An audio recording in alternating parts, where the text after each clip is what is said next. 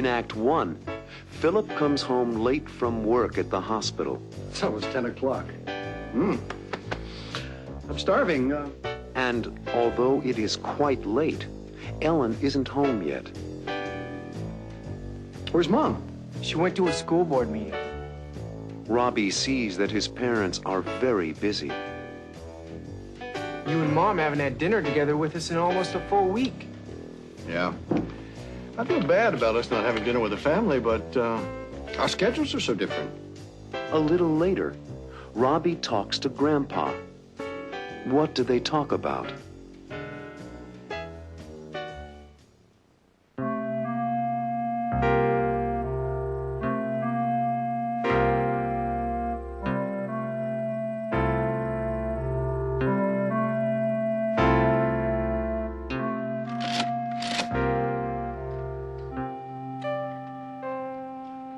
Where's Mom? She went to a school board meeting. I don't know how she does it. She sure keeps busy. Well, it's important to her. There are lots of places to go, lots of things to do. She can't sit around and do nothing. Philip works late. I guess you're right. I wish I had her energy. Anybody home? We're in here, Dad. Oh. Hi, gang. Oh, Philip, how was your day? Oh, my day was just fine. So was my night. So it was 10 o'clock. I'm starving. Where's Mom? She went to a school board meeting. There's a note for you on the refrigerator. Oh?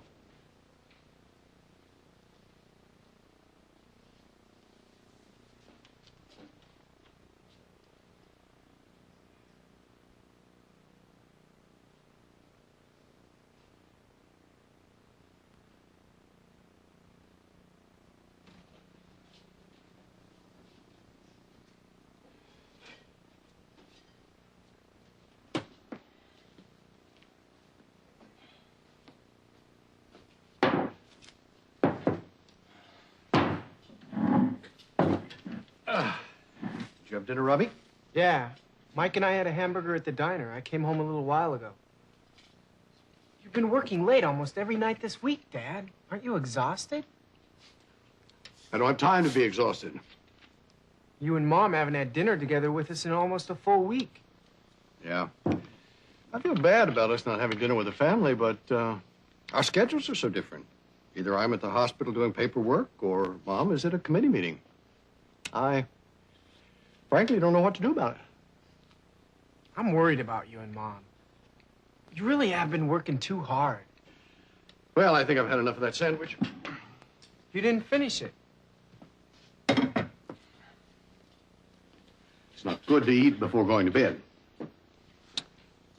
Cookie can't hurt, though. Well, I'm heading off for bed, and a good night's sleep. Well, good night. Good night, son. Good night, Dad. I'm going to bed. Good night, Philip. Haven't you finished balancing that checkbook? I found another mistake. I'll be off to bed myself in a minute. Okay. Bye.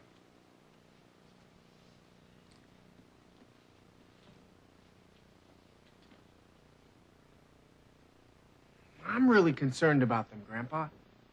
Concerned about whom? About Mom and Dad. They hardly ever see each other. Dad often works late. And Mom has all these committees she's on. What do you propose to do about it?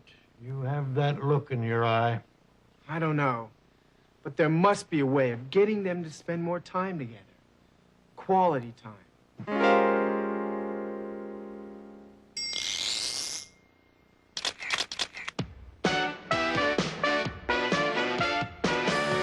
I got home late after working all day. I was hoping to find you, but you were away.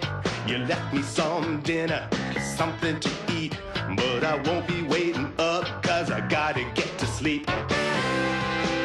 I'm gonna get home late after working all day.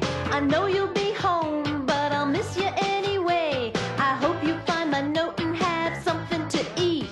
I really wanna see you, but you'll be asleep. We never seem to have any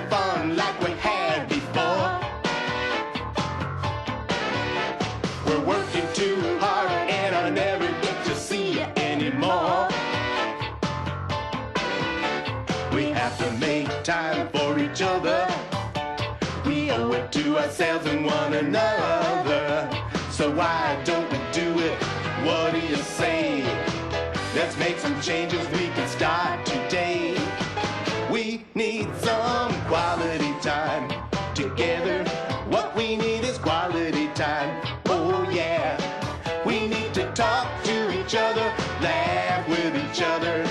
Let's get together, you and me. With quality time, we'll enjoy each other's company. You're working long hours and you're never at home. Sometimes it seems you're just a voice on the phone. And when you call, you say you'll be home late. You're always missing dinner 'cause it just can't wait. My job keeps me busy and I know you're busy too. I really want to spend more time with you. I'm getting up early and I'm coming home late. If I want to see you, I gotta make a special date.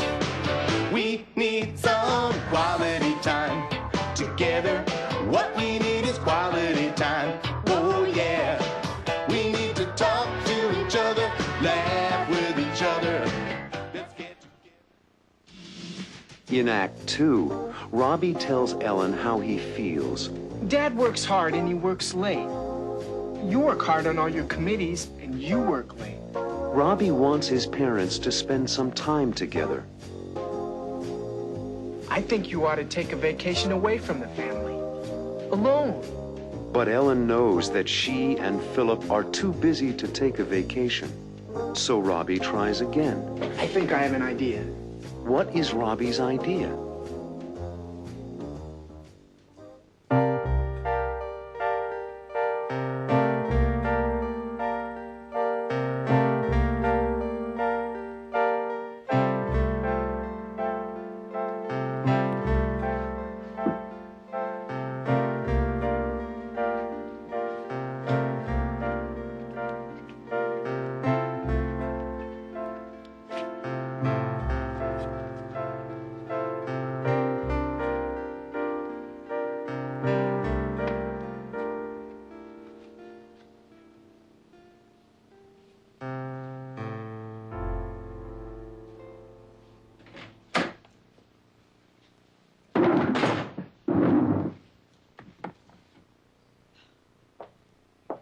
Hello there, Robbie. What are you doing up this late? Reading? Reading at this hour? Oh, come on, Robbie. What are you doing up this late? Things on my mind? You care to talk about them? Sure, if you don't mind listening. Robbie, remember me? I'm your mother. If you have something you want to talk about, I'm always prepared to listen. You haven't been around much lately. So that's it. Okay, let's talk. You and Dad are like ships that pass in the night. Dad works hard and he works late. You work hard on all your committees and you work late. I thought you were proud of the work I do. I am, Mom. Real proud. You are one fantastic mom, but I've been noticing how little quality time you spend with Dad and me. And the family. It's a real problem, Robbie. I know it. I'm concerned. There must be a way that Dad and you can spend more time together. Well, we always talk about taking a vacation together with the family. I think you ought to take a vacation away from the family. Alone. Kind of a second honeymoon. It would be wonderful, but our schedules won't allow it. I think I have an idea. You do? Yup. I think I have an idea that will bring Dad and you together in a more scheduled way. Well, what is it? Well, you know how Dad is always talking about the kids in the ward and how important it is for them to be paid attention to? Yes. Well, and how hard it is because the doctors and nurses are so busy? Yes. Well, how would it be if you took some time to work with Dad towards solving that problem. I don't get it. Like setting up a regular weekly reading program. You and Dad. You and Dr. Philip Stewart going to the children's ward once or twice a week and reading to them. Not a bad idea, Robbie. As a matter of fact, it fits right in with something I'm working on right now with the school board committee. What's that? I've been trying to work out a program in the public school that will bring parents and teachers together once a week to read to the students, their own children, really. By doing that, it will encourage reading. So it might fit in with a program for reading to the kids in the hospital. You're right. We'll do it. I'm going to talk to Daddy about it right now. But Dad was so exhausted when he came home from work. Why don't you talk to him about it tomorrow? You are a very smart young man, Robbie. I think I'll wait until tomorrow. You won't forget, will you? Oh, believe me, I won't. It is a great idea, and I promise you I won't forget. Thanks, Mom. Thank you, Robbie.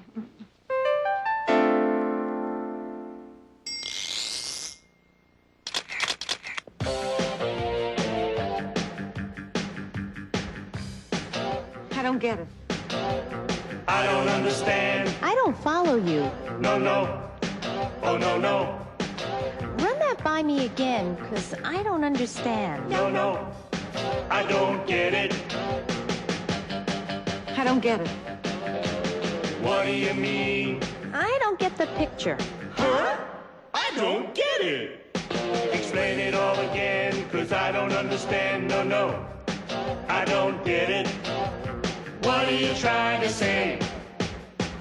What are you trying to say? I don't get it. Exactly what do you mean? I don't follow you. Could you explain that again? I don't get it. I don't understand. I don't follow you. No, no. Oh, no, no. Run that by me again, because I don't understand. No, no. I don't get it. Ah, I get it. Oh, I see what you mean. Yeah, I see what you're trying to say. I get it. Right, I see. Oh, I know what you mean. Okay, I follow you now. I understand. I get it. I get it. In Act 3, Ellen tells Philip about her project. The plan is a simple one. Involve the entire family in a reading project. Philip thinks the project would work in hospitals. My patients, mostly kids, would love to read and be read to. So Ellen and Philip agree to work together. Would you work with me on it? I would love to, Philip. What will Ellen and Philip read to the children?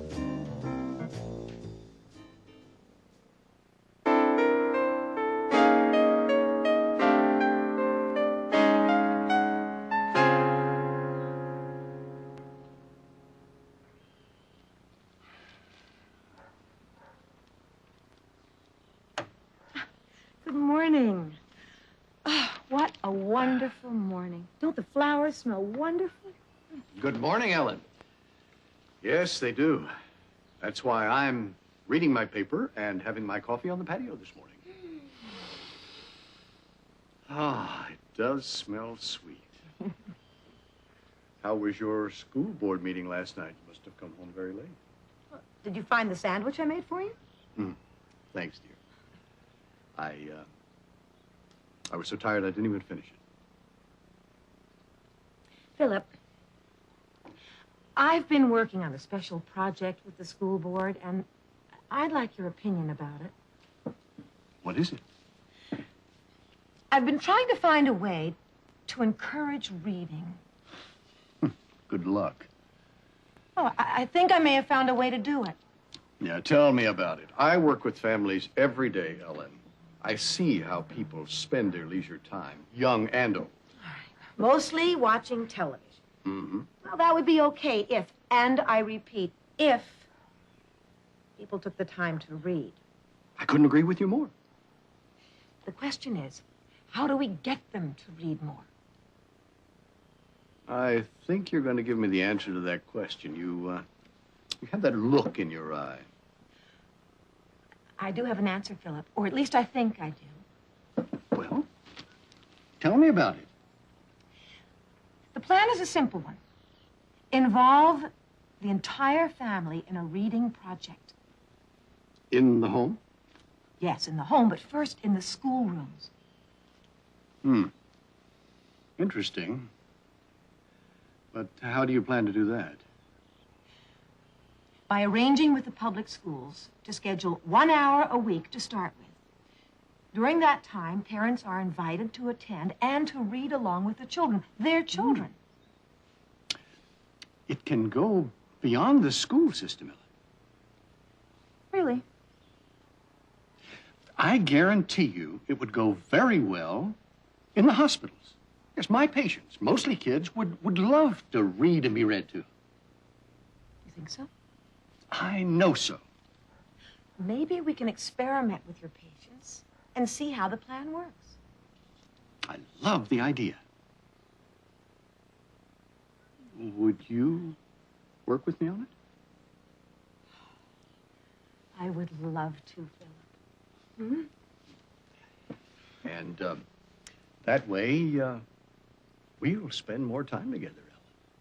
We just don't see each other anymore. You and I are very busy these days. This is true. We need to find time to be together more, to do things together more. You and I. This would be a wonderful way to accomplish that. I have a question. Yes. What do we read? For the patients in the ward? Yes. Well, you and I talk about it.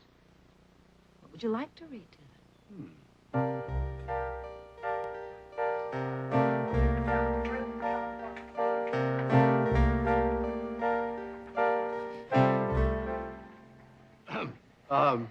Mrs. Stewart and I will read a poem by Robert Frost. It's called Stopping by Woods on a Snowy Evening. Would you begin, Ellen? All right. Stopping by Woods on a Snowy Evening by Robert Frost. Whose woods these are, I think I know. His house is in the village, though. He will not see me stopping here to watch his woods fill up with snow. My little horse must think it queer to stop without a farmhouse near. Between the woods and frozen lake, the darkest evening of the year. He gives his harness bells a shake to ask if there's some mistake. The only other sounds, the sweep of easy wind and downy flake. The woods are lovely, dark and deep.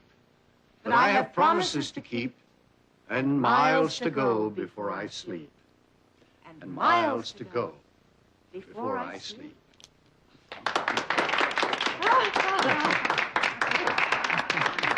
You two belong on stage. That was wonderful. Grandpa. Dad, Robbie, when did you come?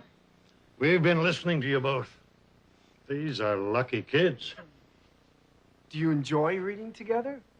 Well, we may read together aloud at home. You were right, Robbie. I know.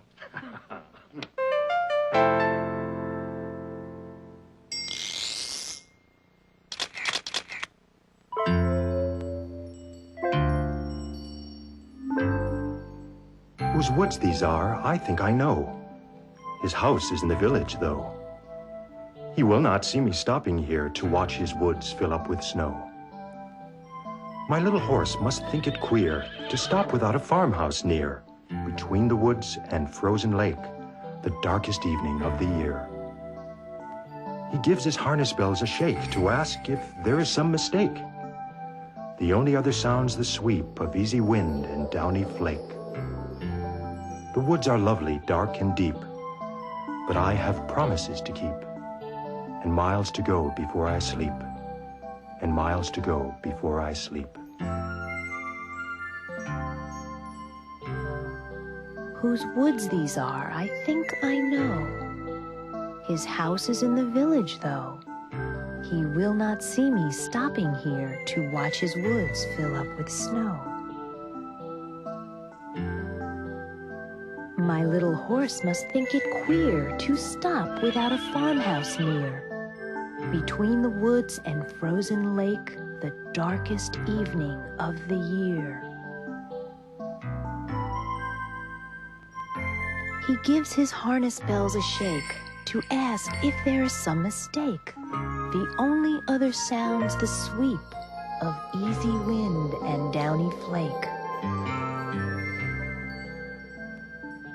The woods are lovely, dark and deep, but I have promises to keep, and miles to go before I sleep, and miles to go before I sleep.